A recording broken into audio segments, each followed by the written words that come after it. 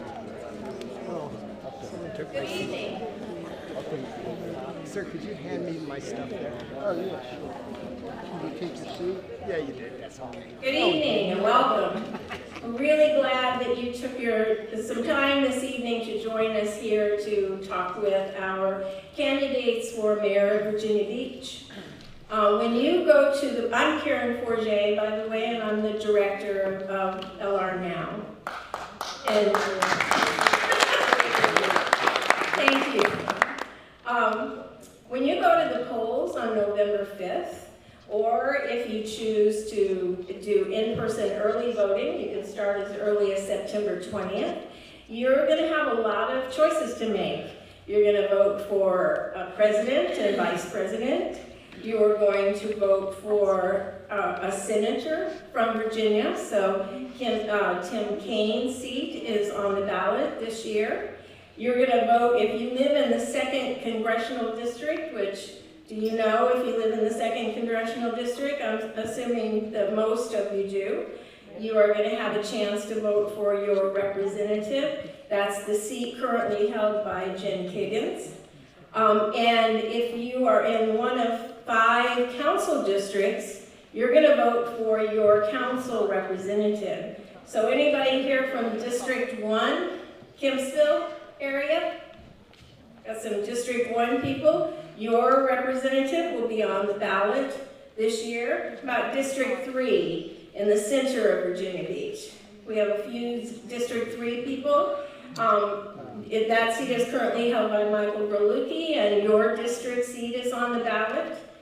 How about District 5, the South Beach area, Lagomar, we have Ocean Lakes, we have a few District 5 people. That seat will also be on the ballot. District 7, we got a District 7 person here, that's the Centerville area, and that seat is currently held by Sabrina Wooten, and that seat will be on the ballot. And how about District 8, Great Neck area?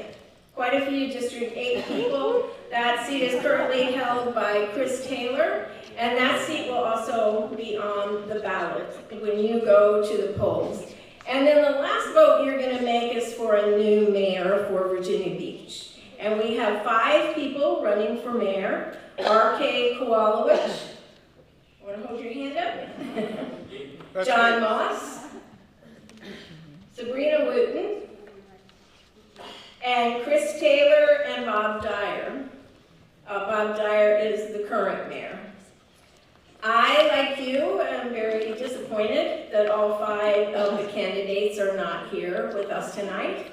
We did invite all 5 candidates, and really 24 hours ago we thought we had 4 confirmed, but there was a last minute change on 1. So I'm sorry that all 5 of them are not here for you to listen to tonight, but we're very happy to have the 3 candidates we do. So R.K. Kowalowicz and Sabrina Wooten and John Moss, and we appreciate their taking their time to be with us this evening. We have prepared 7 questions, and we're going to start with those 7 questions that will be asked by 7 different citizens in Virginia Beach, and we'll start with those 7 questions.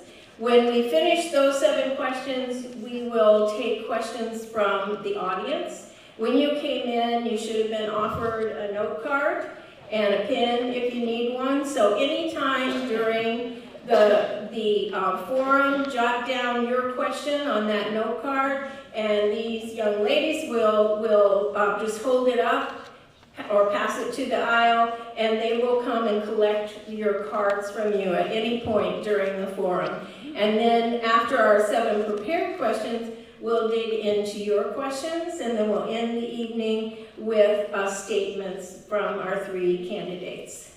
So let's get started. When can we give these up? You can hold it up right now and somebody will come get it. Thank you.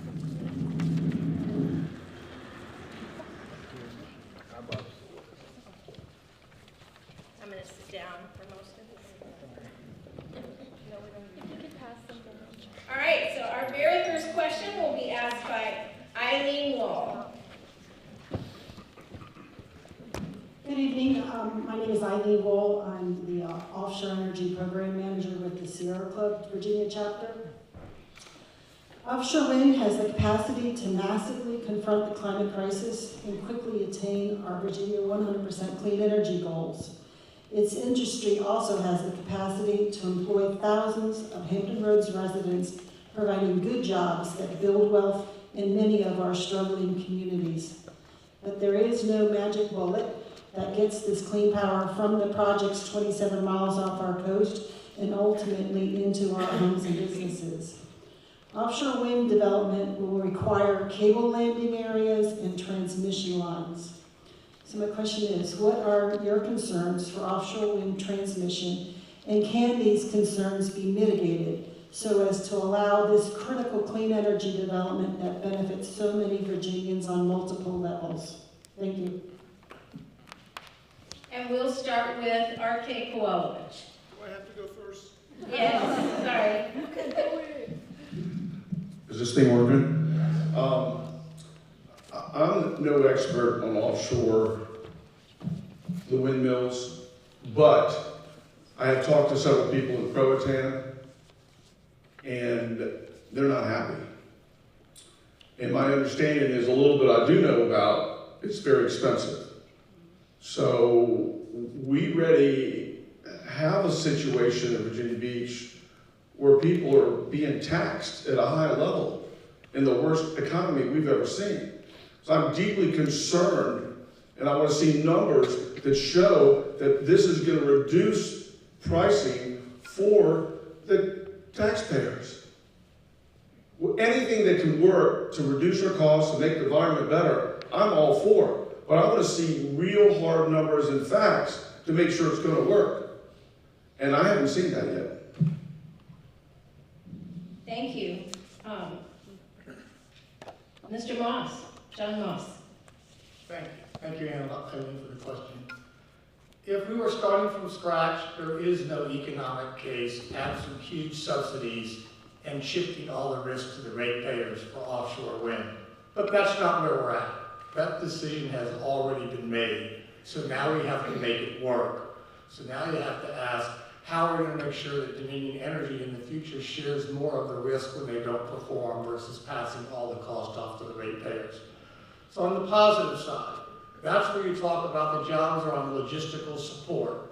That's the onshore people that provide the maintenance. Those things are maintenance intensive. And that's where the job opportunities are. And we're going to get those job opportunities. But there are some offsets. So who's going to be liable for those offset damages? That's an unknown. Is Dominion Energy going to have to absorb that within their retained earnings? Or once again, is the state going to allow them to pass all the risk off to the customers? So I think there's lots of good. But if you were starting from scratch, and my good friend Dr. Cook, who many of you know, the president of Old Dominion and economist emeritus, said there is no economic case for offshore wind when you do total end-to-end analysis. We should be looking more, in my opinion, to nuclear power, more sustainable, not dependent upon weather. But we have to make what we have work. But we need to make sure that the people that do it compensate for the people who have the adverse impact of it. Thank you. Thank you. Sabrina Wooten. So it's very important to realize the opportunities for offshore wind. The potential is great for jobs, of course, and if we look at Virginia Beach economy, we do need to add another arm to this economy. We are very dependent on defense and tourism and agriculture. And so we know the benefits are very important. However, my concerns would be the concerns of the citizens that I've heard, and some of those concerns just lie in Dominion and how they've been working through the community, the noise levels, and other concerns, and then how it's going to impact the community as they're doing their construction, as well as, I know in Sandbridge, many folks are concerned about how their ingress and egress of traffic. Will there be enough room if there's an emergency to have emergency vehicles coming down the roads and addressing certain concerns. And they're also concerned about the infrastructure and how it's going to be impacted. And so, although I know there is a significant benefit for offshore wind, and I certainly realize that, and I'm supportive. However, the concerns of the citizens must be addressed as we, look forward and go into the future understanding those benefits. Thank you. Our second question will be asked by Irby Jane. Hi, my name is Orby Jane. I attend the Math and Science Academy at Ocean Lakes High School, and I live in District 9. And my question today is going to be about plastic pollution in our city. As we all know, Virginia Beach is known for its allure of beaches and waterways. But there has been an ongoing problem of plastic pollution devastating our local wildlife and marine ecosystems. Plastic pollution has immense negative impacts on human health, agriculture, and outdoor recreation. Given that Virginia Beach is a coastal city with a strong tourism industry driven by our abundance of beaches and access to waterways, what are your local policy goals to reduce and prevent plastic pollution in our city? Thank you. And we will begin with Sabrina Wooden. Thank you for your question, and I appreciate your advocacy and being concerned about the place where you live, your environment. And so we recently, City Council had a presentation on zero waste, our zero waste program. And it's a very beneficial program because it reaches out to the community to bring awareness on how we can, first, one, reduce the use of single-use items like plastic bottles, and those sorts of things. But it also educates the public and provides them with opportunities to find other ways to use items like plastic, reusable utensils or cups or those sorts of things.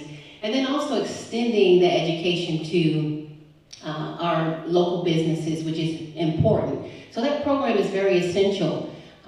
It also focuses on compost opportunities. And that's going to be important because people should understand ways of certainly eliminating waste besides using recyclable programs. And so making sure folks know what's aware or what's available to them to reduce waste is important, but also giving them incentives, making sure they understand that if they do use these zero waste processes, then there will be incentives, perhaps incentives to provide you with compost materials at a discount rate, or provide incentives by reducing your utility bill in some manner. But thirdly, in that program is recycling. So we're trying to make sure you do everything possible before you actually have to recycle. And so extending recycle programs as well is going to be important. Thank you. R.K. Kowalewicz. So it's a tough situation because I believe it goes back to education about people littering. I owned a surf shop at the oceanfront for over 30 years, RK Surf Shop. And first thing I did every single morning, I got there early and I walked my 2-block radius. I went up and down the street and picked up trash and put it in the trash can. My wife does it when she goes on her walk. I've seen other citizens do it. But how do you stop people from littering? I mean, there's trash cans out there and people still litter. It's deeply concerning to me. It breaks my heart. And I think education at the lowest level of school all the way up, the importance of keeping our not only plastic trash, but all trash. It's a deep problem. To stop people from littering is concerning to me, and I think we could do it by putting more cans out there, put in the proper places. And education, I think, is the best way to do it. Thank you. John Moss. Well, when we look in the mirror, that's where the problem is. We can pass a lot of laws, which we have. We can have a lot of fines on paper.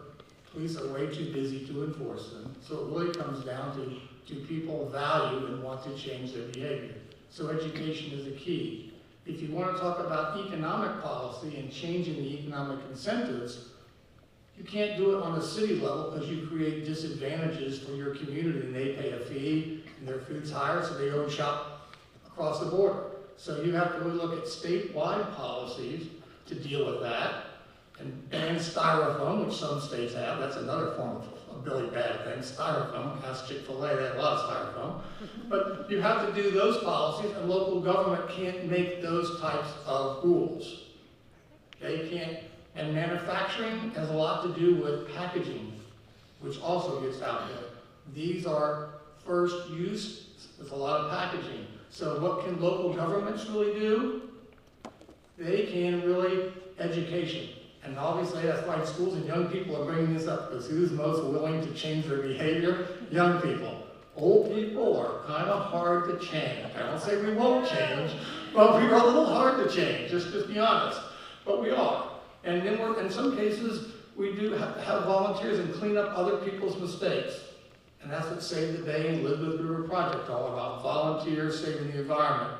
But if we think government's going to solve it by itself, it really is us having to change ourselves, because the marketplace will adopt to your behavior. So why do all these events at the ocean front have cases and cases and cases of bottled water?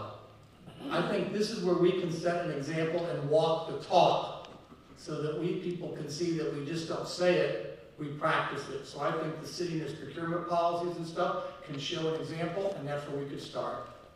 Thank you. Thank you. Our third question will be asked by Jared Brandwine.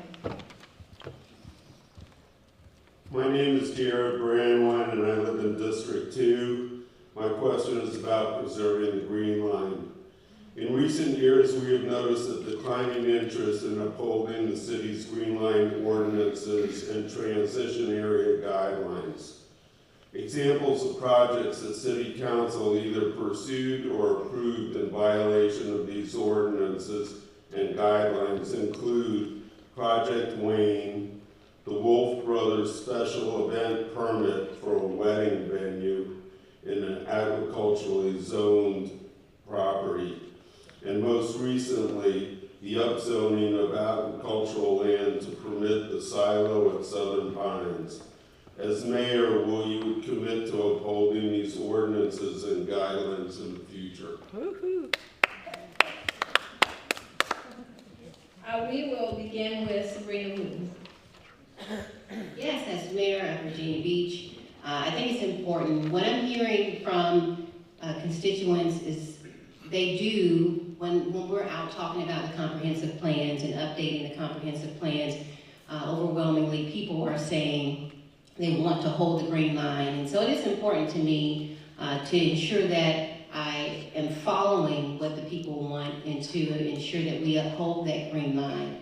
Now, certainly there have been projects that have come up where I've supported that have been in Princess Anne Commons, which is in terms of the Green Line where there is some development allowed, and there was development allowed, and I did support projects there. I do know that some folks are very concerned about it, and so I'm very open to that feedback, and I'm listening, but I am certainly very supportive of what the citizens want, and that is to hold the Green Line. Thank you. John Moss. Well, going back to 1986 with Parker Henley and Myra and Reba, that's when the Green Line was really kind of codified back in 1986. And then unfortunately, when Mrs. Henley was temporarily replaced, it got moved to Indian River Road. I voted against the wedding venue, as many people know. I was one of 2 people that did vote for that, all with Mrs. Henley. As far as the silo rezoning, the land south of the Green Line was upzoned. There's no way to work around it. They just put a parking lot there, but you wouldn't have gotten 64 units to the acre on the part above the Green Line without a parking lot upzoning south. You can't disguise the fact that it was a violation of the Green Line. I've been an advocate of the Green Line since 1986. We establish policies, we expect our elected leaders to honor the policies that they vote and adopt.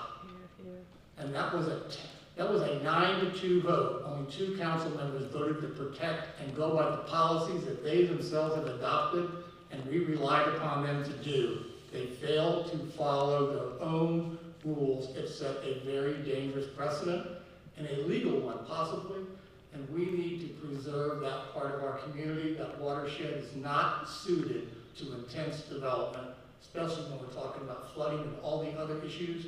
It was an irresponsible vote, and it was expedited, and the council member from the district didn't even get the courtesy of being notified it was being expedited. The mayor never told her. This is not the kind of governance that I think you all expect. Thank you. R.K. Qualls. Absolutely, you need us to follow the Green Line. You have to do it, and it's not being done.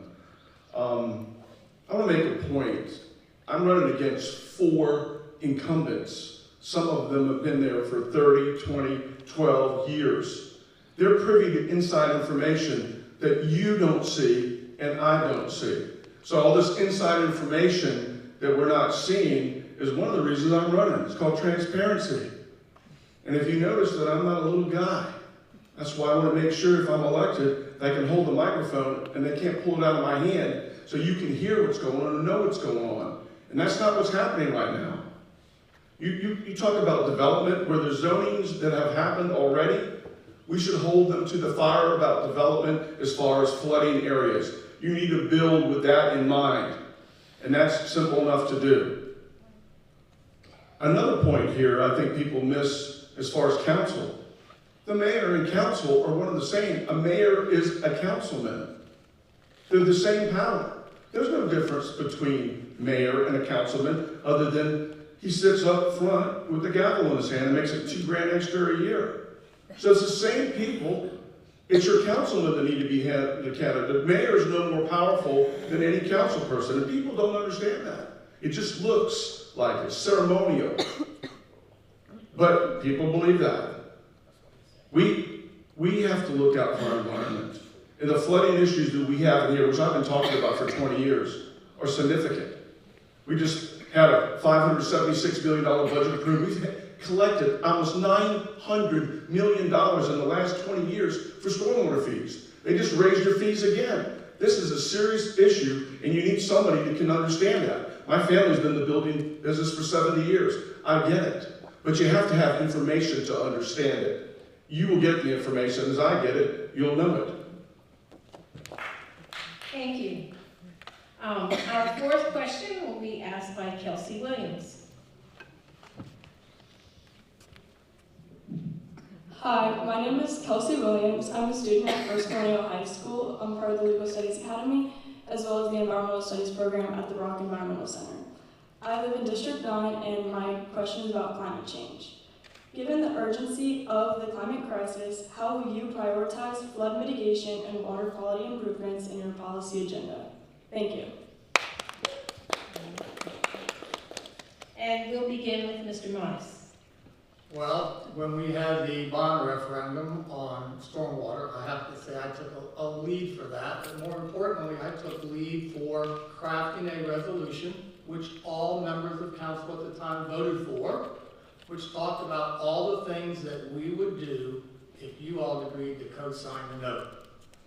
And one of those things was to put 75 words in the comp plan that would have directed the staff that if there was any project that came forward that was going to increase our flooding issue and undermine the stormwater system we are building over many decades, that they would be required to what? Recommend denial of that rezoning. That had tried 3 times to try to get that passed. It failed on a 6-5 vote each time. You can imagine where those 6 votes came from. And because special interest, and we said we would do it within 3 weeks of the vote, of the referendum passing, 72% of you agreed. So how do we mitigate? First of all, we enforce the regulations that we have adopted. We don't grant waivers, we don't grant variances. And we don't rezone fragile areas. We have a challenge now with wetlands because of that Supreme Court decision. If a wetland doesn't drain into a navigable waterway, it doesn't have federal protection. And we are seeing a number of places where people are getting variances and are building in those. That is a mistake, but it's infill. So we have to be smart, not recreate the problem. So that's not easy. It increases cost for builders, but in the reality is either we increase risk for all of us, or people who want to develop those areas create the offset so we don't transfer risk of flooding. And it's a long-term commitment. We're not talking 10 years. It's going to be decades of investments in our community to do that in a measurable way.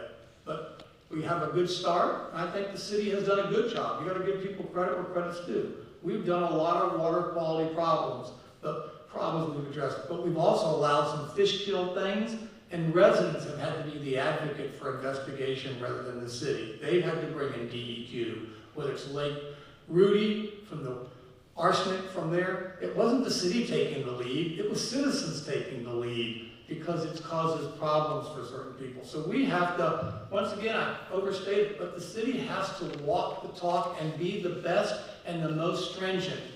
And I could talk about the National Golf Course later, but that's another example of gross negligence on governmental entities' part that they would never accept from a private developer, I would hope. So we've got to clean up our own house as a city and then push in strict enforcement and monitoring to make sure we get the compliance with the rules that we have adopted. Thank you. Sabrina Wooten. So when I first joined City Council, I recognize that it's important for us certainly to address sea level rise and flooding on a local level, but we also need support from our federal government and our state government. And so I had an opportunity to put forth a resolution that made us a part of the American Flood Coalition, which is a nonpartisan organization that addresses sea level rise and flooding and helps put this issue in a federal or national framework, thereby helping localities acquire funding, grant funding for mitigating flooding in our city. And so we have, as we've been a part of the AFC, received some of that grant money from the federal government, which is very important. Also, we have to make sure that we are going to stop the delays in implementing the referendum, the bond referendum, that we, certainly the citizens requested and approved. And so I think it's important that we move forward in that aspect. And also, this is an issue where everyone, key stakeholders, residents, elected officials, business owners, all have to work together to realize the success in this area. And so it's certainly going to be important to work together in that instance, but also holding City Council accountable for the policies and the referendums that have already been approved. And so I think it's going to be important to focus in on that area, work with key stakeholders, and make sure that we enforce and follow the policies we already have in place. Thank you. Mr. Kowalowicz. Number one, you need to get the maintenance on the canals and the stormwater basins up to date immediately. That's some of the problem. You have to do that, and until it's to a certain level, you shouldn't be approving anything that puts any more stress on the system. I've been talking about this for a long time. You know, watching where the money's going to 40, 50 million, well, it's actually 40 to 45, and I think it's 46 million right now that's collected every year on top of the $576 million that just was approved, and then notwithstanding any of the $900 million that was collected. Where's the money going? I looked at the audit, you might be surprised where it's not going. We need to get the maintenance caught up immediately. This is a big city, 497 square miles, half water, half land, and it perks in two different directions. You got to maintain that. Some of it you're not going to be able to stop. Because if you get a storm that comes through here and drops 10, 12, 14 inches in a short period of time, depending on the tides, there's going to be a problem. But you need to minimize that by making sure your systems are running efficiently. That must be done at all times. That is critical. And it's not been done. And I will make, you see, this is a disadvantage for somebody who's not an incumbent that hasn't been sitting on here for 30 years. We've been talking about this for over 20 years. 20 years.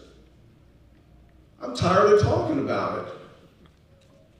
Let's do something about it without raising taxes. Maybe, how about saving our monies here, get out of some of these public-private partnerships that are not bringing anything into the bottom line. How about that? Starting at the Dome site, which that project we're stuck in now. $160 million plus. That's money that could have went to fix the stormwater systems. We need to take that very seriously. Because if we ever get a real bad storm in here, where a bunch of water comes in, a 100-year storm, it's going to be serious, everybody. We've got a taste of that once already. And there's one thing that's on my radar to make sure it happens. You have to mitigate your damages. You need to do the maintenance. Stop building when the system's already taxed until you can get a hold of it. That's what a smart developer would do. That's what a smart council person would do for its citizens. Thank you. I'm getting a lot of great questions here, but we should have time for most of these, if not all of them. So if you have a question, put it on your card and someone will come and pick it up from you. And our fifth question will be asked by Zachary Scarlett. Good evening, everyone. My name is Zachary Scarlett. I live in District 4, and my questions are about transportation access and improvements to pedestrian crossings. Now, as you all know, Virginia Beach is the most populated city in the Commonwealth, but despite its size, there are very limited public transportation options available. This contributes to significant traffic congestion and endless searches for parking spots in areas like Town Center, right here, and Oceanfront. Moreover, many bus stops, we do have a lack of basic shelters and benches for folks while they're waiting, and you know, this summer was extremely hot. So in addition, street crossings like Virginia Beach Boulevard have limited visibility and can be dangerous crossing at night, as I witnessed a horrific bicycle accident while living here within my first year of moving to Virginia Beach. So as mayor, how would you work to improve the current public transit system, increase transit options, and improve the safety of pedestrian crossings that would make the city more efficient, equitable, and safer? Thank you.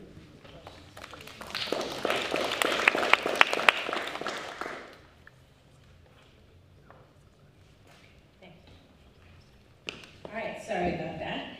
We will start with Mr. Kowalowicz. Public transportation is expensive, guys. I don't care how you count it up. And it's a problem, but I've said for many years now, you know, where there needs to be lights, where there needs to be shelters, it needs to be there. Efficiency on our buses, if they need to be smaller, more frequent, those are things we should look at.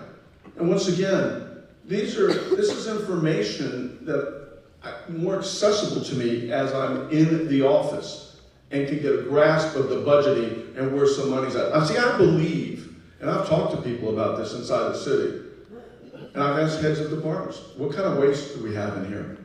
And every one of them said the same daggone thing. Every single one, 10 to 15%. I'm thinking to myself going, wow, there's some, not free money, but money that we can do some important things with.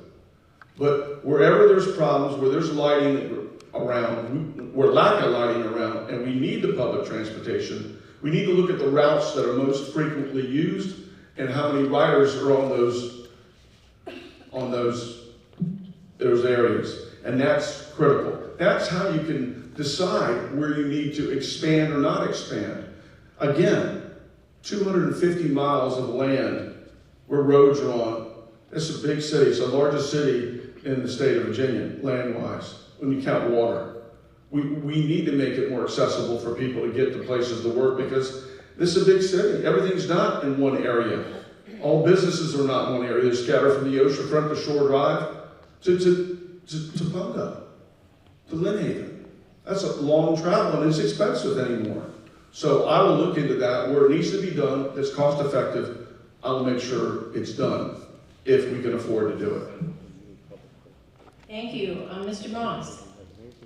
Well, Virginia Beach has an average density of about 1,700 persons per acre in the developed part of the city. So the only transportation system that even works with huge subsidy is bus. And the public's already spoken about light rail, so you have to respect the public's judgment. So we're now talking about bus. So now you have to talk about which routes are carrying the most people. That's the Boulevard, Route 20. You know, you have to ask yourself, as I once proposed that we just make the fare free. The fare is about 30% of all the money. It really isn't all that much in the scheme of things. Let's just see what the demand is for transit if the transit were free. I'm not sure it would be very high. Because what's the thing we value the most in our life? Time. Time, time, time.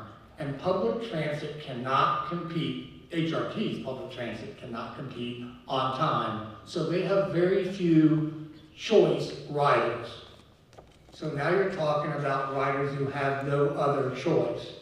So do we want to continue a 20th century approach?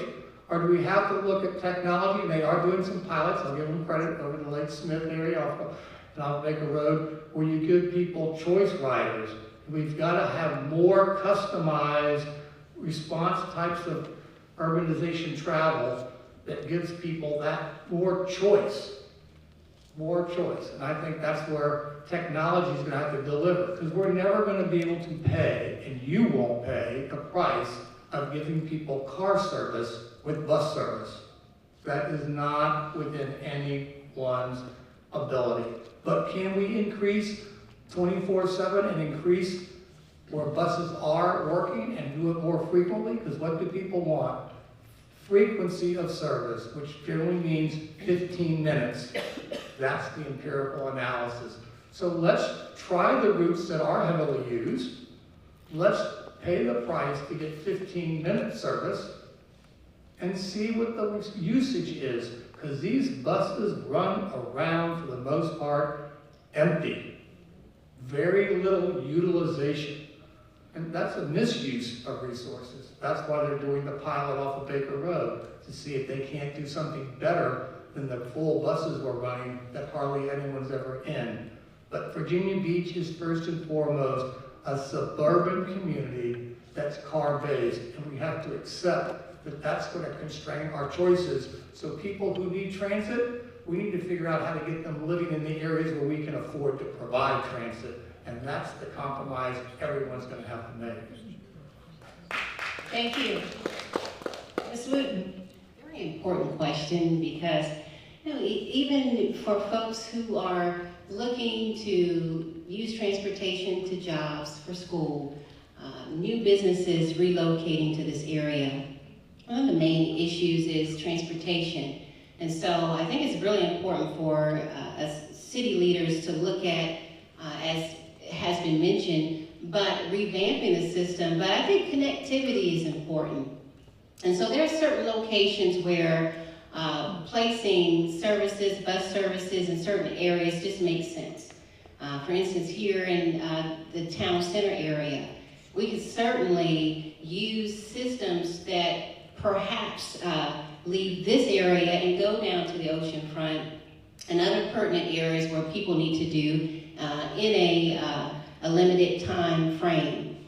Talk to students who work in this area, talk to other folks, and they say, listen, this is a really populated area and it just makes sense.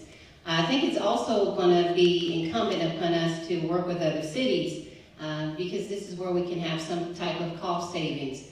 To work with other cities to ensure that what they have in their city connects to Virginia Beach, and then it makes more sense to have those systems running at a time frame where folks can get where they need to go. But then also I'm hearing from people that they want more walkable communities, and that's something that we're looking into and making sure we're revamping a lot of these empty shopping centers and having that type of development where it makes sense. Of course, it doesn't make sense for every part of our city, but where it makes sense in high density areas. And then also making sure we build more places and development that's closer to these transportation areas. Bikeways is important. At one time, we said as a city we would make sure we had additional bikeways for folks to use in neighborhoods, and when we're constructing or reconstructing roads, to make sure we increase them. And so having a variety of ways, walkable communities, more bikeways, and then connectivity and working with local cities to ensure that we have the connectivity to transport people from high density areas, perhaps places like town center, to get them where they need to go. Thank you. We have a question that came on one of the cards that's related to this, so I think I'm going to jump to this, and maybe we'll do 1 minute here in addition to what we just heard about improving our transit options. It says, given the ever-increasing volume of traffic and traffic congestion in Virginia Beach, would you support another look at light rail from Newtown Road to the oceanfront?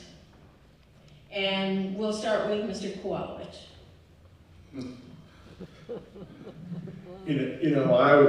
To be honest with you guys, you remember John Atkinson, our city treasurer? Well, John Atkinson and I head up a plan called No Light Rail, and it wasn't because we didn't like light rail. It was because it just wouldn't work for Virginia Beach. It's very expensive, and already paying a lot of taxes here, but I supported the referendum, which at a large level said we don't want it here. And I'm in the same position again. If you want to spend that kind of money, I don't think it's fair to ask 11 people. We need to ask 460,000 people whether they want it or not. And that's what my position on that is. Thank you. Mr. Moss. I'm always happy to hear from the people in referendums. I wish we would have had one on Atlantic Park. I wish we would have had one on the Sandler Center. I wish we would have had one on the Pavilion. We always ask people choices. But I do believe when you look at the case analysis, and I only will mention this, Norfolk did 2 more light rail feasibility studies on the north and west side, the east and west side of Norfolk going to the base. They both came back and said, does not meet the federal criteria, and they were dropped.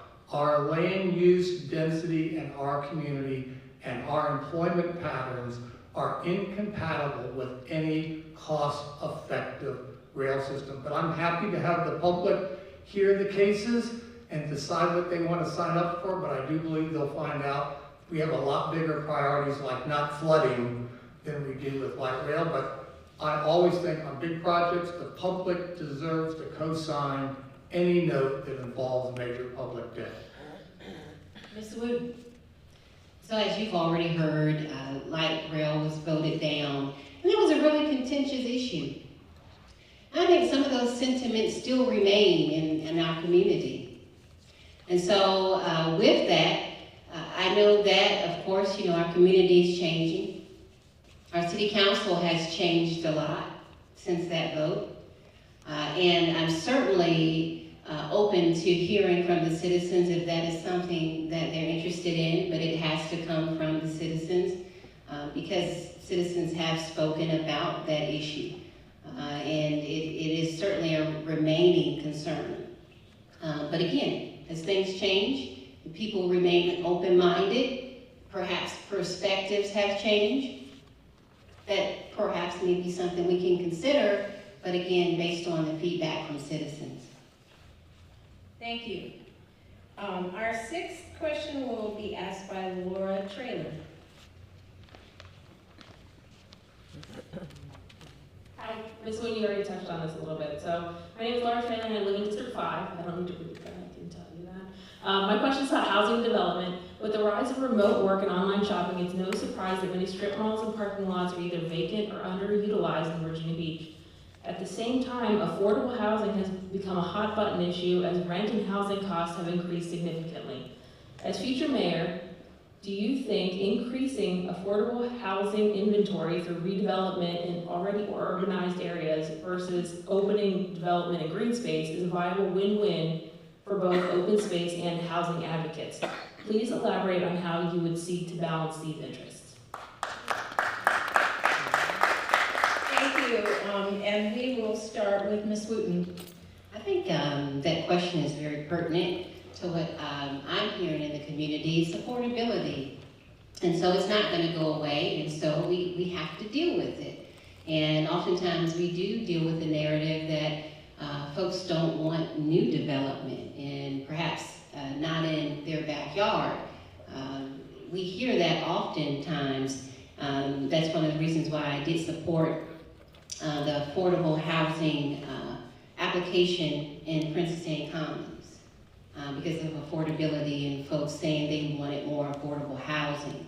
And so I think you have a very good solution in your question, which confirms a lot of the data and the research that I see, using what we have already available, making sure that we revamp those locations. Perhaps it could be vacant shopping areas like I mentioned, making sure though that it's the right locations, that we have enough parking, that it's not going to cause a traffic nightmare. But it's incumbent upon us to do something, and to do something soon, and to do something effective, because we have people who work here and love our city, but they cannot afford to live here. So we're going to have to find a way to expand those portfolios, and I think it's going to be important to make sure that we are looking at the inventory that we have. There are a lot of places that need to be revamped. They need to be refurbished, but continuing to keep that inventory and supply in that affordable housing or in that income space is going to be important. So there are certainly ways to do it. And if we're not expanding new development, we do want to look at how we can repurpose and redevelop and refurbish. Thank you. Mr. Kowalowicz. Hardest question to answer. We live in a capitalistic society, and I understand the need for affordable housing. I personally could not buy my house back if I had to sell it right now. And I don't know what you do to fix that. I think you could put some parameters on new development where it's required to add some kind of affordable housing in there. And I struggle with that. Is that for sale or for rent affordable housing? And the construction costs have doubled in the last 3-4 years. Doubled. Who pays for that? Does anybody in this room, when your taxes raised for affordable housing, you want to pay more? I've asked this question in a couple forums. Only one person has raised their hand. 2. But it's a serious problem. But it's a serious problem for a lot of different ways. I mean, we live in an area that's demanded. I mean, you go to the ocean front, I mean, houses are selling, 1,800 square foot houses are selling for $700,000. I mean, how do you stop that? Oh, you can't sell it for that? You got to lose money? No developer's going to want to do that. And where do you put it? You think single family neighborhoods want multi-use properties on their neighborhoods? I know they don't. So that's a huge problem. Somebody has to come up with a solution. And by the way, these are one of these questions I've heard for 24 years now. And it still hasn't been resolved. 24 years of asking the same exact question. And we're still sitting here asking it again. How do we do it? Who's looking into it? What's the best way to do it? How about coming up with a solution, what's the best way to do it, and then telling you guys what's the best way to do it, and see if you'll go along with it. But either way, it's going to cost the city money to do this. Thank you. Mr. Moss. Well, it's interesting, the amount of gold that would buy the average house in 1933 will buy the average price house nationwide today. The city can't solve the debasement of the currency problem, but what we can do is this. When we say affordable housing is our number 4 priority, You don't vote like the member did on this body. You vote to give $22 million for parking garages for luxury apartments. You don't jam in an 836 Windsong Apartments off Pleasure House Road where the average zoning, where the average apartment's $2,600, which is not affordable. These are things you don't do. But what could we do? We're sitting on a $5 million piece of property where the old Circuit City sits. That's owned by us, the public. Close to transportation, close to entry-level jobs that can't afford rent. Why aren't we letting the Virginia Beach Community Development Corporation, not the Development Authority, who already has a mission for affordable housing, find partners to build single 400 square foot size apartments for entry-level people? That's our land, that's our investment. We could have done that yesterday. So we talk about affordable housing, but we don't make our land available, your land, to solve these problems. And for the few affordable, quote-unquote, housings that we got at Silo, you got a whole lot of expensive apartments that all dump their water into the golf course, which will now cost $5 million to fix. Where was the smartness of that decision? It didn't exist. But if we want to make housing more affordable, we have to raise wages faster than inflation, a very hard thing to do. But can we do more? We need to take the land that we have and make it available to the Virginia Beach Community Development Housing Authority, that group. That already manages 435 homes and 2 veteran facilities in our neighborhood, in our community, that are affordable. But we're talking about land trust. These are all developer things. These aren't about doing solutions at no cost, working with nonprofits and grants. This is transferring your land and your money to give an incentive to people who want to get a rate of return that they couldn't get in the free market, but they can only get with the public subsidy. This is not an approach to affordable housing. And Rick's right. It's not a solution, but we are not doing as much as we could do with the land that we have, and yet we're asking. But rezoning the shopping centers is great, but eliminating single-family zoning or residential overlay districts is not the solution to the problem. That's a land grab by developers. That's not a solution to the problem. Thank you. Our 7th question will be asked by Michael Moore. Hello, my name is Michael Moore, and I live in District 6. And I'm a former city employee of 18 years, most recently at the Virginia Aquarium. And my question is about the future of the Virginia Aquarium and Marine Science Center. The Virginia Aquarium is a premier attraction in Virginia Beach that both educates and inspires the public while providing hundreds of local jobs. The Virginia Aquarium's impact also reaches far beyond the city through its stranding response program, which has saved thousands of sick and injured marine mammals, reptiles, and birds. Unfortunately, the aquarium has faced significant financial challenges, and its future remains uncertain. What is your vision for how the city can adopt a better financial path forward for the aquarium that preserves its core educational values and services? If your vision requires state or federal funding, please elaborate exactly on what those opportunities are and how you would help secure them. And we will start with Mr. Kowalewicz. The city should definitely not allow somebody to buy the aquarium. I, as a builder, have been in business for myself for 40 years. I don't know how we got here. I heard the mayor say we need $300 million to fix it, then I heard somebody else tell me we need $150 million. You're talking about a big difference. Somebody's been sitting in office for 20 years, doesn't know this. How does it get this far out of whack? Is it the same way stormwater got out of whack? Is it mismanagement? That aquarium, I live at the oceanfront. I owned a surf shop for 31 years. I know almost every business person at that oceanfront. I can tell you what's going on, how good it is, how bad it is, and what's wrong with it. That aquarium needs to stand and stay with the citizens of Virginia Beach. It shouldn't be sold to a private developer. Now, what we got to do to fix it, obviously, I don't know.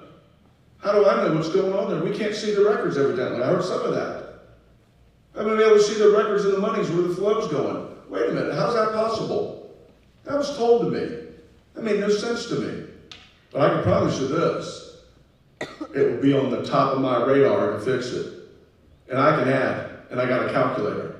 And I know what it costs to do stuff. And there's just a better way of doing things. And we've had, again, what I said before, it's the same conversations over and over again. And I keep asking myself, is it me? Why has nothing been fixed? Same people elected to office, been there forever, nothing changing. It's time to change this. These are important issues. What concerns me is every time one of our public-private partnership partners needs money, they get it like that. How is that possible? And the next thing you hear, oh, we got to raise our taxes. Stormwater fees got to go up. We didn't fix that. We didn't fix that. The aquariums needs a lot of work. Who would do that? Who would let their house fall down and go, oh, now what do I do, coach? That's what we're talking about here. And that's frustrating to me, who've been in business for 40 years myself, been in construction, been in retail, multiple friends own restaurants and hotels and entertainment venues. We all sit around and talk and go, how is this possible? Because it's not. Something's wrong and it needs to be fixed. You need to fix that first, then move forward, and we can do that. Thank you. Mr. Moss. I'll try to be a little bit more specific. Because I met with Mr. Peterson shortly after we went to the opening of the new exhibit at the aquarium, and we had a good conversation about how was the city proceeded with privatizing it, but there had been no communication with the foundation. Once again, the mayor, the vice mayor, these others were having this plan, but they forgot about this community partner. Well, I know where there's at least $60 million to start. No one asked for the Rudy Loop Park that they're wanting to build, and I heard yesterday the price went from 60 to 80 million, and we're spending $4 million to design it, and not a single resident is asking for what they're trying to do. So, if you have something you've already got exist that you can't maintain, well, forget the park, because that's what residents don't want, that hardscape, whatever they're trying to do, make that a mini Busch Gardens or whatever. Well, we got another bill we got to pay. So there's 60 million bucks right off the top you don't have to go look for.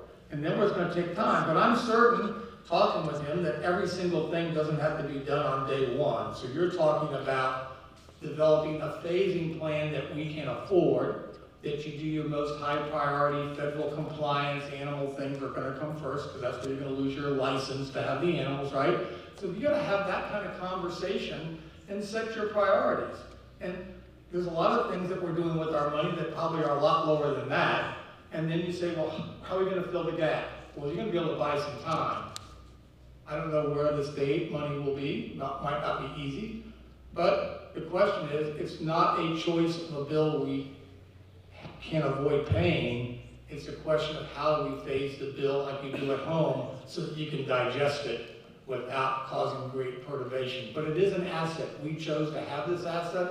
It's a responsibility, but we shouldn't be adding liabilities, new parks, new big investments, so we can take care of the things we already own, because we know that people are living paycheck to paycheck and they don't have any more money to give us. It's not that they're selfish, they are just stretched out. So the city's going to have to get a little leaner and be a little tougher on itself and pay for the things that have to get done and have frank conversations with the community. And I think that's what I heard Mr. Peterson say.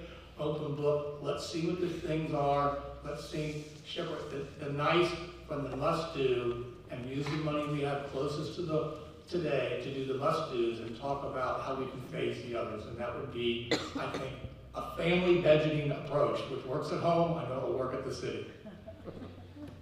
Thank you, Mr. Whitman. So how do we get here? I really think that it was a breakdown in communication.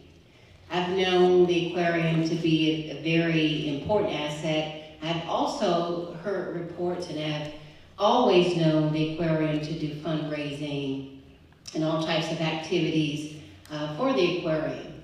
But when we recently received a report that there was a concern and there was millions of dollars of funding needed, then council had to act. Now, the conversations that should have been taking place with the key stakeholders, to my understanding, there were certain folks who were having those conversations. I was not privy to those conversations. The foundation certainly did not relay to us that they were being included in the process. There were some folks who made some decisions to move forward with a process that the full body had not agreed to. And I was one of those folks who had not agreed to that, and always advocated that the foundation, that their perspective be included, that we have transparent conversations with them and find out a pathway forward. Now, fast forward, we are now working to have some of those transparent conversations and moving forward to learn how best to address this issue. I think also not having this, the aquarium audited. I think the last audit was 2012. For me, it's important that we have annual reviews and annual audits of assets like this, so we know where they lie. And so when you don't have a breakdown, or you have a breakdown in communication, you're not monitoring and auditing these valuable assets, and you're not certainly including the key stakeholders, this is how you get there. But certainly, I'm looking forward to having those tough conversations, being transparent, and working with key stakeholders and the aquarium to find a true pathway forward. And that's going to mean making sure that we have some annual reviews of what's going on and audits on a regular basis. That's going to be very helpful in addressing this issue as we go forward. Thank you. So we're going to go to the questions on cards now, and if you have any other questions, be sure you write them down and we'll pick them up from you. I'm going to try to combine these two. They're a little different, but I think they're related. So the first one is about the personal property tax on cars. And the person is saying we pay taxes on the purchase of a new car, yet every year we're required to pay personal property tax on cars, which we have already paid taxes on. So they're questioning the annual personal property tax on cars. The other one is related to the problem of aging fiberglass boats particularly, and abandoned boats. And the way it relates is that we do not have a personal property tax on boats. So should we have a personal property tax on boats and utilize some of those funds to work on solving the problem of abandoned and derelict boats in our waterways? So personal property tax on cars and personal property tax on boats, and we'll start with Mr. Kowalowicz. When you get rid of a tax, they're going to look for it someplace else. So we need to be real careful about abandoning taxes. This boat issue, it's come up. I think it's a tough situation. If it's not being taxed, and cars are being taxed, and the waterways are important to all of us, I think there should be a slight tax on that. But these abandoning of boats now, I think we need to do something from the city side, finding out where the boat's at, who owns the boat, pick the boat up, and send a bill to that person who owns that boat.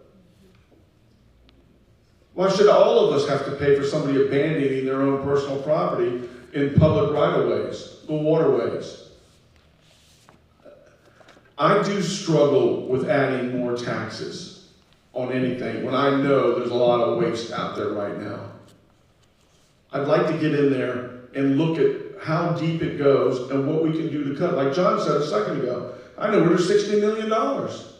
Oh, wow. How did we get here? I love that. How did we get here? How did we get here with the aquarium? How did we get there? That just didn't happen by itself. That's an expensive piece of property. Somebody is not paying attention. Somebody needs to be held accountable. Why do we have to keep paying it? People are struggling in this city. They're struggling. People don't realize that. Not everybody's struggling, but there are a lot of people who are struggling. Food's up 50%. Interest rates are up 2.5 times. Gas is double. Insurance is up 20%. Rent's up 20%. I mean, every apartment complex they're building that I see is $2,000 to $3,000. How many people can afford that? I mean, we need to really take a conscious effort to take the relief, give relief to the citizens of Virginia Beach. We pay $170 million just to service our debt that wasn't there 20 years ago. How did we get there? And what's it for? All these public-private partnerships are supposed to be reducing the taxes, not increasing them, and it's working the other way around. How did we get there? We all know how we got there. Mismanagement. Somebody's not paying attention. Well, who's been here to watch over it? And here we go, talking about it again. But there's things like that boat issue. There's abandoned boats. We can take care of that, and that could be an easy fix. We can write an ordinance on that and take care of that. And that's something that needs to be looked into. Thank you, Ms. Wooten.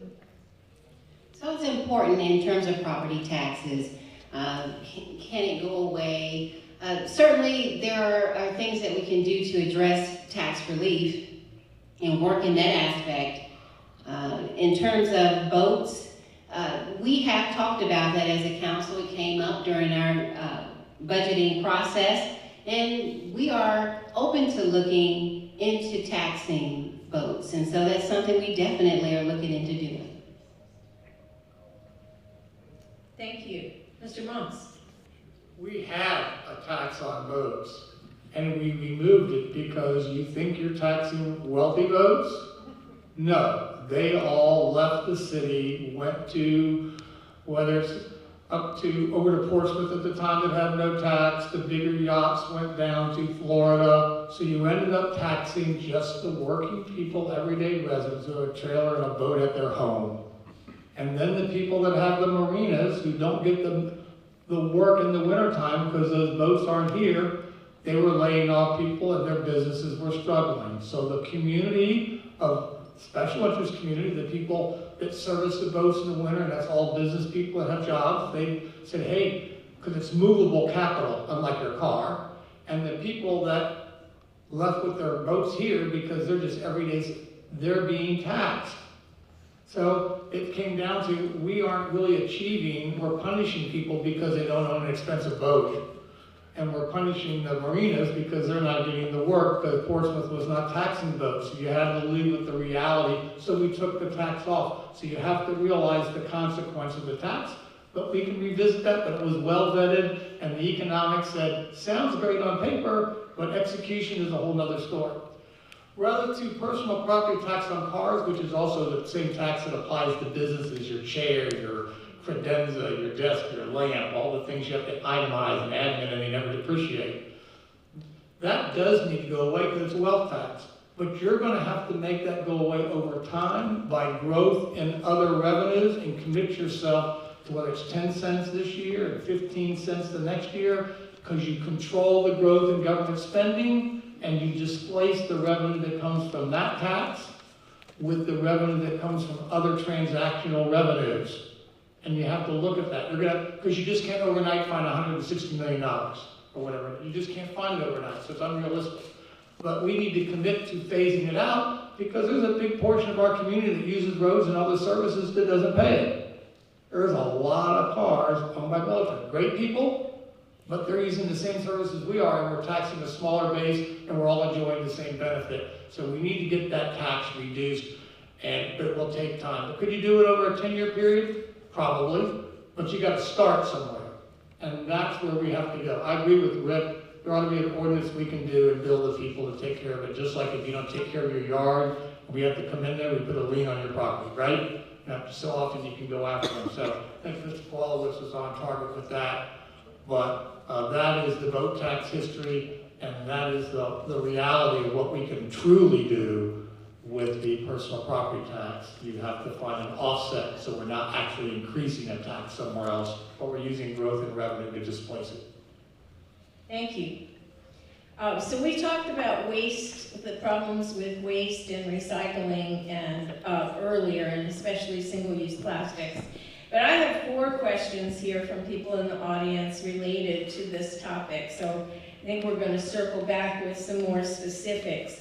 One is, what is your position on a bottle bill? Knowing that we don't have state enabling legislation at this time, but if that happened, would you support a 5-cent bottle bill? The way that works is you pay your deposit when you purchase the item, you get it back when you return the bottle.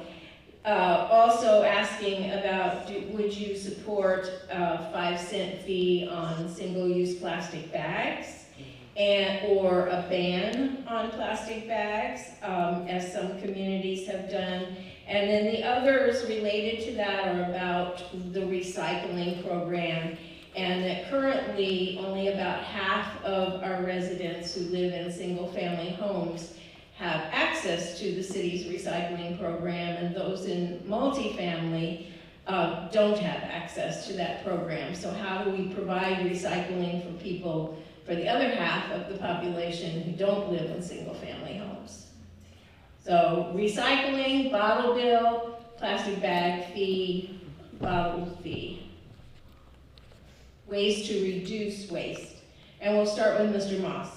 I'm not in favor of a plastic bag fee, not imposed by localities. If the General Assembly believes that that benefit is valuable, the Chesapeake Bay watershed covers most of the state of Virginia, then they should step up to the plate and make it a statewide requirement.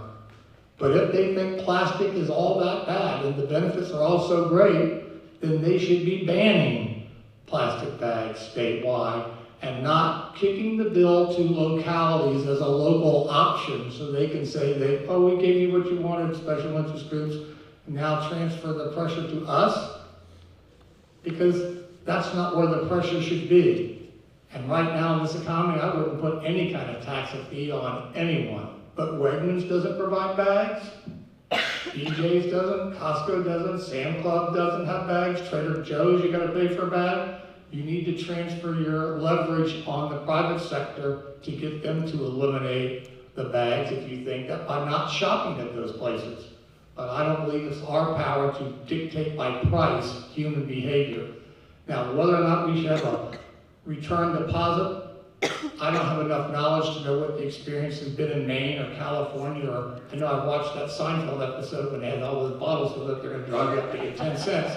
But I really don't know the efficacy of the program. But if it proved that it was efficacious and it worked, I'm all about things that work. Because that's, I remember picking up glass bottles, I get the 3 cents back when I was a kid, right? Coke bottles, some of you probably remember that. I remember, if that works, I'm in favor of anything that effectively works that doesn't punish people.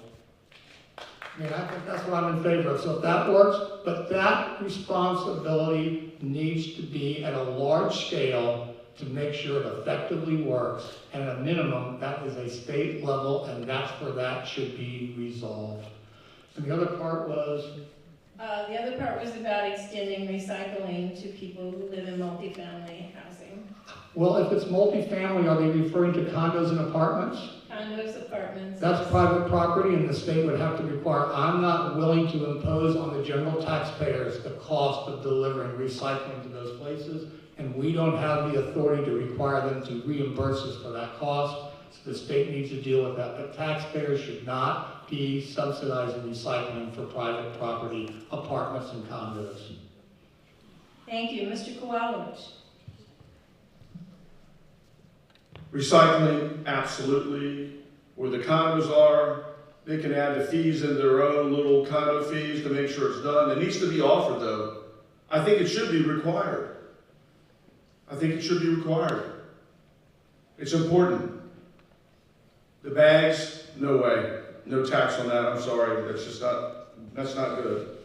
But there's other ways we could do things as far as education again. Why not to throw these bags down? It's got to start someplace. You just don't become born and put a plug in and you know everything. You got to teach them. That's the whole process, to make sure people understand why it's important to recycle. I love the bottle thing. I remember as a kid, I used to collect bottles, and I'd go get my money, a nickel or whatever it was, and I'd have a little change because I'd pick up the bottles and take them to the grocery store and get some money back. I love that. I mean, if we can go to bottles and it's better recyclable, I think that's a great option. You know what I mean? I'm for whatever works, for whatever the best for the citizens without raising any more taxes. It's the worst economy in 50 years plus. People are hurting right now. I'm hearing it all over the place. I want to help them. I want to help them. Debt, $170 million just to service our debt. There's something we can start working on immediately. Start chipping away at that. That's a lot of money. Some of this debt we don't need. We shouldn't have this debt, some of it. They're getting involved in bad deals. Bad deals. Convention center. That should have never been built, everybody. It's lost a lot of money over the years. The Sportsplex, as great as it is, bad as it is. The Victus study said don't build it. Did y'all know that? Because you're going to have to subsidize it. I think we subsidized it, what, $6 million this year? Whatever it was, subsidize something that's supposed to be producing income. Why are we doing these deals? You know what we could have done? We could have took, instead of $80 million to build a Sportsplex, we could have taken $5 or $10 million and put it into the convention center that's underperforming, that 70% of its events were sports anyway. We could have retooled it and saved a lot of money. That would have been the thing to do. Why didn't we do that? Convention centers are failing abysmally across this country. We need to start making better decisions, and you need people in there that will make better decisions. You can't keep putting the same people back in office and expect a different result when we keep talking about the same things. And I can tell you one person sitting up here right now that has never been elected, never took an oath to office, never approved one of the deals. Most of these deals I fought against because I thought they weren't good and did homework on it, and that's me. Thank you, Mr. Wooten. I certainly would consider the recycling 5 cents for bottles. We did have an ordinance that came before us on the city council for the 5 cents tax on plastic bags. Of course, if you don't use the plastic bags, there is no tax on that. One of the concerns that came up and why it never went forward was because in terms of educating the community, we don't want it to be a burden on the citizens. And certainly that would provide or require that we do outreach, make sure that citizens have reusable bags, that they, do have what they need, so they don't need plastic bags. And so I think if we do the proper outreach, we work with citizens, that's something that we could certainly consider if the body wants to bring that forward again. But those are the things that would have to be done. Education, outreach is paramount.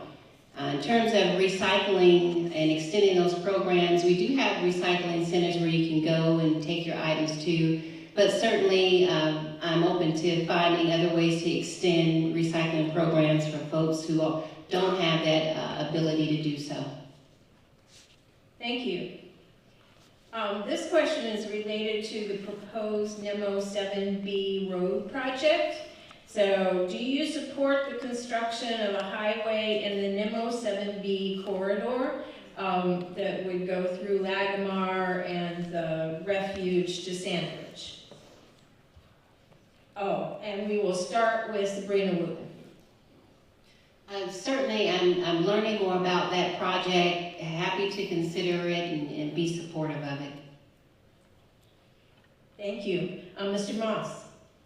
Well, I might be one of the few people that read I don't know if it was the Environmental Law Center or the Southern Law Center that wrote a thing on the initial proposal where the city had to start from zero. So I think I might be the only person who read that and engaged on it. I think the project is necessary.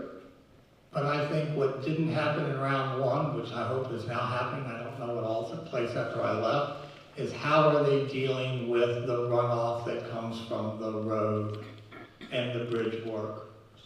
They should trestle as much as possible. That's my personal opinion from my experience.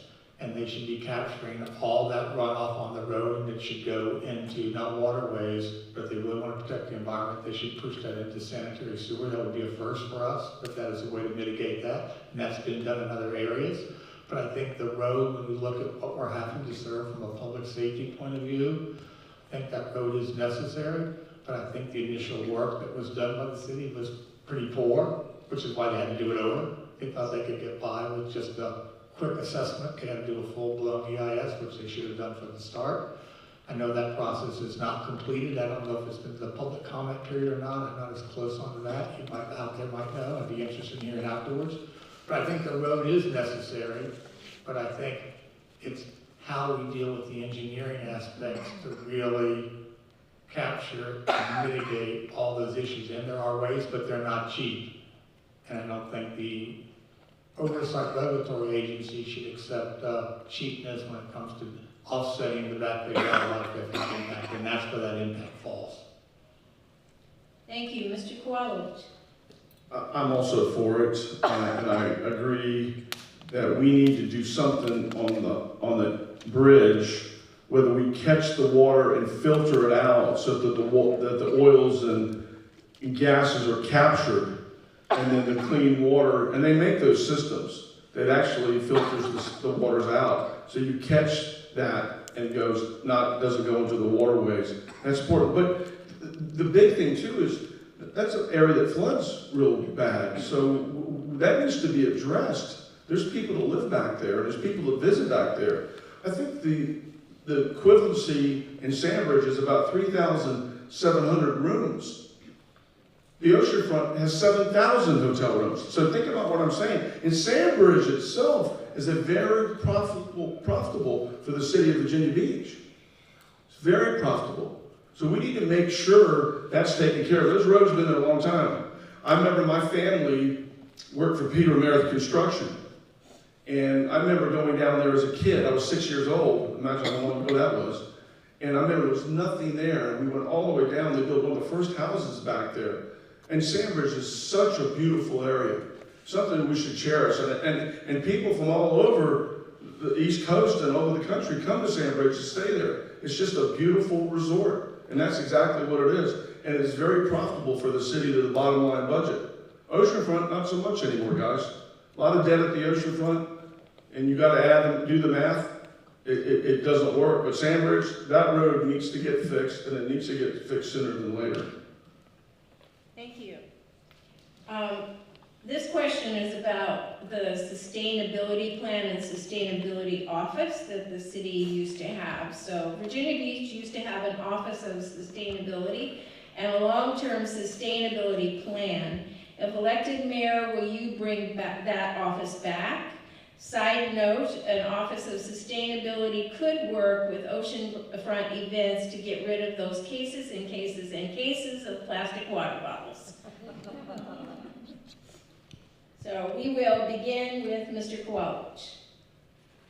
I've never heard of that office before, and I sure don't want to talk about it, but I'm thinking that since God has blessed me with a doctorate degree in common sense, I can figure it out pretty fast.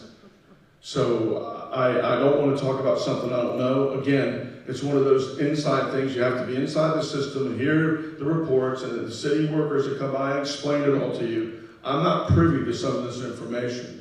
But I can promise you this, the hardest thing to do as a councilman, mayor, councilman, is to work in darkness, behind the scenes, when nobody's seeing you. When you're transparent and you're letting everybody know what's going on, that's the guy that I'm going to be. You're going to know what's going on and why it's happening. That's important. We don't have that now. We don't have that now. All these deals are going down. You know about the hotel deal on 16th Street? You heard about the apartment complex down the road? You heard about the Oyster Bar and SeaTac and storage SeaTac? Have y'all heard about that?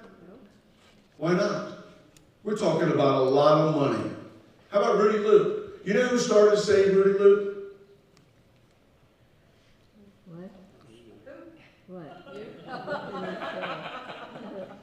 Went to my friend Dawson Sterling, whose family owned a hotel at the beach forever. because I own a surf shop. I said, there's a problem here, guys. I see some land being accumulated. Something's not right, because I knew the people who owned the land. I went to Dawson, and I knew exactly what was on the mind. That's a valuable piece of property, guys. That would make one heck of a hotel. That'd make one heck of a casino. Wink, wink, nod, nod. What's going on here? We shouldn't be living in darkness. Government should be open. It's your government. We would work for you. You're the boss, not me, you. That's the difference. It gets better when we start doing that. It's critical. It's critical for the future. This city has a lot of money. There's a lot of revenues that come in this city. It's a great city. People love living here. I love living here. But it can be run better. And everything's not bad. I'd like to take the police force from 800 to 1,000. We've been short 100 police officers for almost 20 years now, every single year. For a city this size, we should be more like 1,200 police officers. That needs to happen immediately. And I've been talking about that for 20 years. These are things that we should be talking about. That's important to everybody. You talk about public transportation, people sitting on sidewalks or whatever. You need police officers to be able to show up. And we need to make sure they're taken care of, and we need to be properly staffed and funded. Thank you. Ms. Wooten, the Office of Sustainability and Sustainability Coordinator.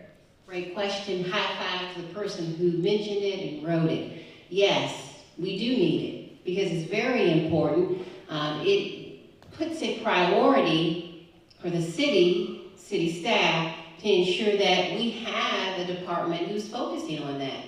When I'm out and I'm talking to people in different areas in the region, they are saying we need someone in that position to sit at the table with us to discuss these really pertinent issues as it relates to environmental sustainability. So yes, it's on my agenda. It will be a priority for me. When I hold a community event on environmental sustainability, those are some of the issues that were brought up, and citizens said, why don't we have that office? Why is it not open? And so there certainly has been some conversation with the city manager, says, oh, we don't need it, we do this and we do that. But I guarantee you, if we have that office, we place a priority on that office to ensure that we have a budget for environmental sustainability, and we have someone focusing on it, you will see a change. If it's not a priority, we don't have someone in that office, you won't see the changes and the leadership that you need. Thank you. Mr. Moss. No. I've always been amazed at how many people are addicted to boxology. The first thing they have an issue or a problem, rather than looking at the line management that they already have, all making big six-figure salaries, is to create an office to make sure that those people can coordinate. I can't think of a more wasteful overhead word than coordinate, because that means you have no accountability for producing a result. You have no line authority. If you want something done, the manager, you set your metrics and you hold your line managers accountable. I mean, I worked 21 years on a 3-star submarine staff. We didn't have any coordinators. Every single department head worked directly, which ours do also, these layers. And when you get done, we had a strategic growth office for how many years? What did they produce that was valuable? A lot of stuff that I call shelfware, discussions, vaporware, but in terms of results of improving the quality of our community, zero. So you have to ask yourself, what problem are you solving that this office is going to fix? And who's already getting paid to make sure that that's not a problem? Because this is how government grows and our taxes go up, because we keep hiring more people to do the job that someone already is being paid for. On that golf course, for all the time that the Development Authority owned and leased it, they never did their biannual inspections. And what was the city's excuse? Well, that position was vacant for 4 years. Well, in your business, just because a job's not filled, do you mean you don't do your job, that doesn't get covered? I guess you needed a coordinator. Coordinators won't solve those problems. Line management needs to be held accountable. We're paying big money, and we're not getting big results. And creating an office that goes to meetings and spends money at conventions and in the end produces no results, like Strategic Growth Office, is not something that we need. And Patrick Duhaney is correct. But it looks great because it looks like you're doing something. But you're not curing the fundamental problem and you're wasting the taxpayers' money. No, I would not research that office. Thank you. Our next question comes from someone who has volunteered at a lot of waterway cleanups in Virginia Beach and says that encampments are a source of waste entering our waterways. What will you do to provide more services to help the unhoused individuals in our city? And we'll start with Ms. Wooten. So I've certainly been an advocate in addressing homelessness. Even when I started out as a council member back before I was elected, I was told by many of my colleagues on council, we don't have a homeless problem. We do. And if you think when you're sitting on council that we don't have a homeless problem, therein lies the real problem. You're not acknowledging that there is an issue. And so I've been very vocal about making sure there are resources available for people, places for them to go, and other resources that they need. It's certainly going to be important. These encampments come about oftentimes because they don't have a place to go. And we do need to address some of the backlog in our systems. We do have several programs available, but from my involvement, visiting encampments, going to the resource center, talking to people who are homeless, there are some encumbrances in them accessing these programs and these resources. Otherwise, we wouldn't see as many encampments as we have. In terms of the encampments, those that I visit are certainly very, in some point, dangerous. They shouldn't be there.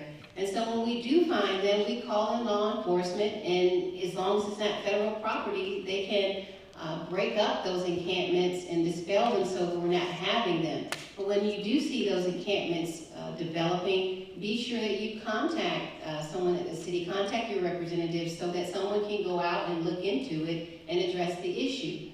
But the main issue of concern lies at accessing those available resources. If there were no barriers to doing so, we would have less folks who were in need of those services, who were in encampments. And so I certainly have advocated to address the backlog. I've advocated to address panhandling and all those in other areas, even though I didn't have and don't have the support of my colleagues.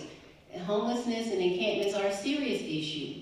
And I've been advocating to address it, and it is important to ensure that we're addressing those encampments for safety, cleanliness, and other issues. And so, yeah, great question. Thank you. Mr. Moss. That's a good question. For some time, all localities across the country were somewhat, I'll call, handicapped by these Ninth Circuit Court of Appeals decision that said basically that if you can't provide a bed, then you can't prohibit people from camping. That's basically what it amounted to. Well, in June of this year, the Supreme Court basically overturned all of that, and now localities have great discretion on what they can do. It's interesting how the towns on the West Coast, how quickly they utilize that authority to clean up. If you ever been out to the West Coast, it was sad, and it probably still is sad. I do know in October, I heard this from the police chief, they are coming to the city council to talk about what is it that we are now some approaches that we can take and should have already been taken, in my opinion, to not let them, the encampments, even last a day or two, because that is and you can also now either require them to get services or they actually can be trespassed and get them, and then you can detain them to make sure they get services. These are all the things that Supreme Court decision has allowed localities to do. But how long did that encampment and still something there right on Virginia Beach Boulevard on the other side of that hedge, you can drive down there and see it. And the tent went away, but the encampment's still there. So I think you have to aggressively remove those as soon as they happen. I mean, that doesn't sound like it's very compassionate, but you know, those things can be like dandelions and change your community in a big way overnight. But we now have the ability and the authority to require those people to seek treatment and when they trespass on property, or they can be, unfortunately, we don't want to be detained, but now you have ability to compel. Because some of these people do not. We saw the TV commercial, the guy on the boat, the TV show. He didn't want to be helped. He didn't plan on leaving. He's not looking for service. So we got to realize what we can do, but what we need to do, and we ought to be coming up to tell the community, how have we changed our protocols and our engagements based on that Supreme Court decision? We no longer can hide behind the judicial precedent that we can't do anything or we're limited, our hands are tied.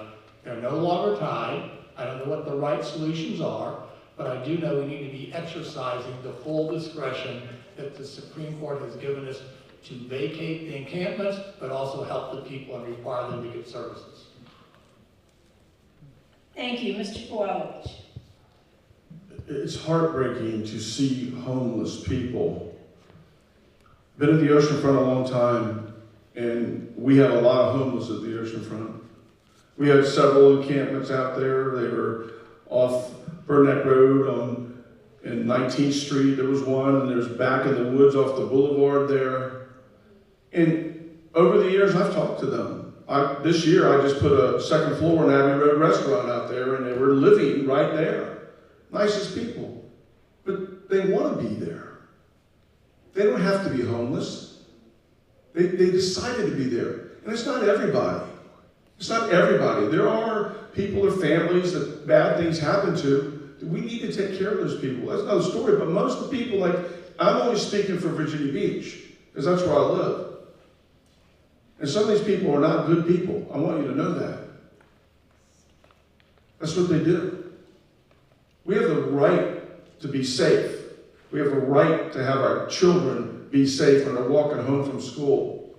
We have the right to not have to worry about my wife sitting out in the front yard working on her flower bed, thinking that somebody's going to come by and do something stupid. And that's what some of this is. It's more that way than the other way, to be honest with you. But when you talk to these people, you understand it. Most of them got drug problems. Most of them drink too much. They got plenty of money for that.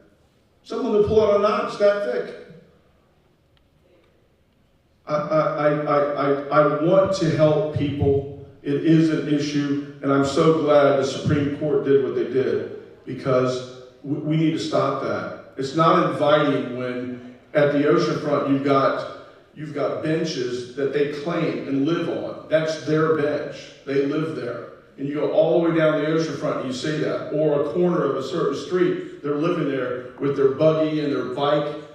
It's just not a good look for a resort city. It doesn't look good. And we've spent major monies at that resort to generate revenues to keep our taxes down. We don't want people not leaving here with a bad taste in their mouth. This has to be addressed. And I've been dealing with this for 25 years. And it is heartbreaking when you see a family. And I help them as much as I can. I'll be the first to buy them food and do whatever I can. But those people usually leave. They find a place. They don't hang around there because it's not safe for them either. It's something that needs to be addressed. Thank you. I think we have time for one more question, and then we're going to do our closing statements. And this seems like a pretty good closing question. And it is, what do you see as our #1 environmental concern or top environmental priority in Virginia Beach? And we'll start with Mr. Moss. Well, I've said and will continue to say that our biggest existential threat is flooding. Because flooding, when it happens, and we're not going to always, the odds are not forever in our favor, to steal a phrase from a movie. One day, that 1961 hurricane that came through Virginia Beach, then Prince and County, is going to hit here. And it's going to be a devastating impact on our economic quality of life and on people's most valuable assets, their home. We cannot act with sufficient speed, in my opinion, cannot go too fast, cannot be too aggressive, in making sure that our community is more resilient against that 100-year rainfall event that takes place with a storm surge that we'll be looking at in this century, that will one day, our number will come up on that probability table. And we say, what did we do? Did we do all we could do with the resources we have? So I do believe that is the biggest. I saw what happened down in Mississippi where Katrina came over. Anyone who'd been on I-10, I remember going under an overpass, you have the concrete, the 3 levels of steel, and at that very top bar it said, Katrina flood level 16.5 feet, and we had to be over 5 miles inland. Now imagine that. Imagine that in Virginia Beach. Imagine anything close to that and how long it takes to recover. So our biggest environmental threat, there's a lot of things we don't control about it, but we have to take both hard science, hard engineering, and soft policy environmental controls to mitigate as much of that risk as we can, and over time change our building codes. But that is, I believe, not just Virginia Beach, but Hampton Roads' #1 environmental threat is flooding, subsidence, and sea level rise. The data is obvious, and I know people are out there. I'm not a science denier. I like science data. You can't deny what it tells you. And we are not moving with all deliberate speed to mitigate that risk. Thank you. Mr. Kowalowicz. I agree with John. It's stormwater, and 20 years worth of talking about this, guys. It's not my first rodeo on the stormwater, and it's deeply concerning. When I came out of my house one day after 12 inches of rain, water was halfway up my driveway and all the way up, 40 feet in either direction, some of them even more than that. If it was 20 inches of rain, we only had 12. Can you imagine 20? That slow-moving storm that just creeps right up through here, sits off this coast like a lake effect snowstorm instead of a lake effect rainstorm, and just dumps water in this area. It's going to be bad. That's why the maintenance is incredibly important that it's done immediately. All these canals and ditches have to be cleaned. The pipes have to be fixed that are clogged. I've got one in front of my house. Whoever designed it, it goes straight and takes a 45-degree turn. And every time it rains hard, it backs up and pushes water across the street. Buckle the street right now. I called 2 years ago. They just marked it. 2 years. This is stuff that needs to be done immediately. We need to prioritize what we need to do first and foremost. And I don't think that's happening. They're more worried about their public-private partnerships. The dome site? Are you kidding me? That is a waste, guys. I'm going to tell you that right now. That will never bring a nickel into the city. It won't work. We have the biggest pool called Atlantic Ocean. I own a surf shop. You think people are going to go there and spend $100 to ride a wave when they can go across the street and ride it for free? This is, and what they build in there? They build apartments. They build restaurants. They build a theater in there that's competing with every privately funded business that's been collecting those taxes over the years. That's how I got involved in politics to begin with. Because like business, we're collecting a tax to generate their own competition. It's the most ridiculous thing I've ever seen in my life in this country. Those are the things that we need to fix. And that stormwater thing is a high priority, along with making sure our police department's fully staffed. 20 million illegal immigrants across the border. We don't even know who the hell they are. Who's feeding them? Where are they going to go live? Are they going to live in our streets and little encampments? Is that what's going to happen? That's what we're looking at here, everybody. We need to get serious about serious business. Public safety, stormwater, public safety needs to be addressed, and it needs to be addressed immediately. Thank you, Ms. Wooten, for #1 environmental priority. So of course, flooding is an issue, it's a concern. That's something we're always going to have to address. And and deal with it. But also another concern is protecting our tree canopy. I hear from a lot of folks, and I've seen projects in development where trees have been decimated without replenishing them. So we're going to have to make sure we strengthen our ordinances to protect our tree canopies. Very important.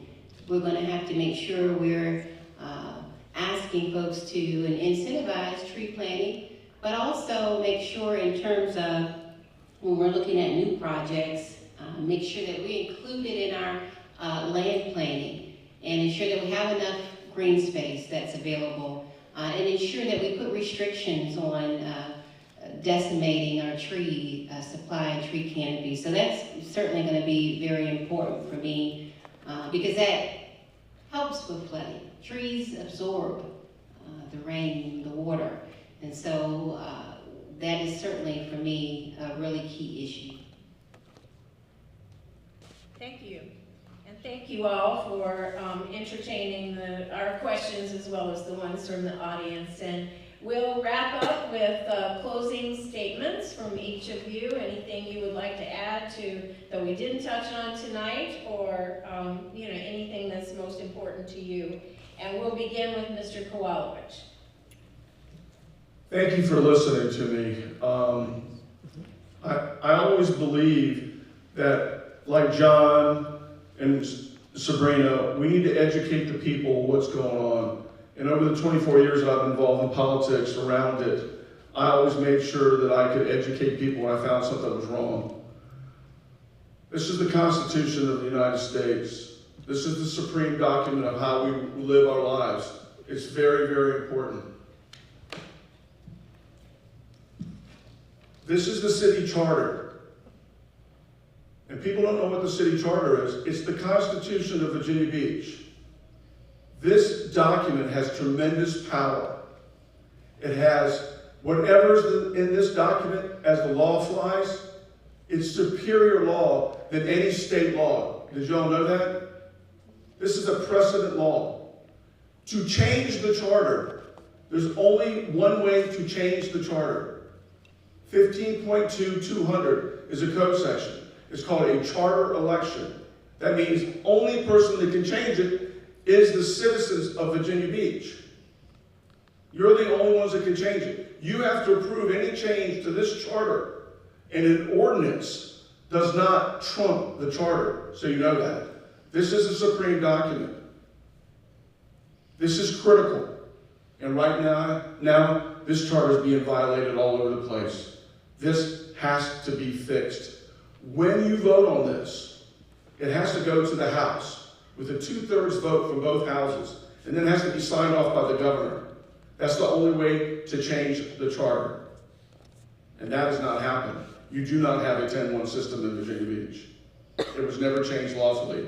We are a Dillon rule state. That means everything has to be expressly in writing when it comes to anything dealing with a locality. This is serious. And I've got a lawsuit in there. I've actually got 2 lawsuits out there right now on this issue right now, and so does one of my chief opponents, adversary, Lynnhaven Branch. This has to be fixed, and has to be fixed immediately. Thank you. Mr. Moss. The mayor is an important job, not because it's the ceremonial leader. That's like being the queen or something. You go to all those little queen things. But it's the presiding officer of the body. It's the chairman of the board. It sets the direction and guides the conversation and provides the visibility, and that office should be instilling trust that the government is being transparent and fully disclosing what it does and can provide a rational reasoning for the decisions that it makes. We don't have that today. I don't think many of you people would probably trust that they're doing what's best, because why would they always be circumventing the charter to borrow money through the development authority for projects they know you never would approve? That shows their lack of trust in us, because they know what we tell them. We tell them no, just like we had the force to get aboard on light rail. But what we do know is every family knows and small businesses knows we have an affordability crisis. Can the city fix all of that. But for the last 3 years, we ran budget surpluses in this city, almost $300 million cumulatively. In each of those years, we raised the real estate tax rate over the revenue neutral rate, 28% over those 3 years it went up. Your home didn't and some of you are lucky if you only got the average assessment increase, many of you got more. Tax on wealth. So here it is, we know, they consciously know we're suffering under the worst inflation in history, well, 40 years. The average family's got a $1,000 a month inflation tax. They had excess revenue. They didn't do what the governor did. He gave, maybe not as much as he could, but he gave a tax rebate both years, right? He also what? We eliminated the state sales tax on food. The current mayor voted against the local option for removing it on local tax on food. And we spent all the surplus. We didn't give any of it back, and we raised taxes to boot. So now is the time for mayor leadership, council leadership, to push the curve back and adopt a revenue neutral real estate rate and revisit every single priority one to end, and let's make sure that the things that are really important are getting funded, just like you do at home, and what has to drop off, because families do not have any more money to give, and they need relief. That's leadership that has empathy for the people that it serves, and lives within not the city's means to confiscate, but your means to provide and still have success at home. Thank you, Mr. Moss. Ms. Wooten. There's one candidate here that is a member of the American Flood Coalition, a nonpartisan organization that addresses flooding and that also addresses sea level rise. There's one candidate here that has focused on environmental sustainability as a key part of their platform and has hosted community events to address sustainability and environmental sustainability as a priority. There's one candidate here that will make the environment a priority in our budget. That candidate is me, Sabrina Wooten. And I'm running for mayor, and I want to earn your vote to be mayor of your city. And so over 6 years ago, I came to city council and served in District 7 for the last 6 years. My term ends December 31st, 2024. Could have certainly ran for re-election, but I certainly wanted to run for mayor so that we, as a city, can work together on a shared vision. That's not just something that I'm pushing forward as a leader, but working with the citizens. The campaign that I've been running is working to put the priorities of the citizens first. One of the priorities for you that I know is environmental sustainability. So that's a priority for me. I'm running for mayor because it's time to envision Virginia Beach so that you see yourself in the vision of Virginia Beach. And we realize a Virginia Beach that is sustainable and making environmental sustainability a priority. So November 5th, I ask for your vote and ask for your support and the opportunity to earn your vote for mayor of your great city. Now, it's impossible to tell you everything I've done in 1 minute. So I invite you to go to my website, which is wooten4mayor.com. That has everything that I've worked on just about these last 6 years. And I also have there listed proposals of how I will actually bring solutions to address the concerns and priorities of our great city. Thank you for the opportunity to speak to you today. Thank you. Zeiders is videotaping the forum tonight, and that will be available on our LRNow YouTube channel in about 2 days, 48 hours. They should have it back to us, and we'll send out that link, and we encourage you to share it with anyone who is not able to join us tonight.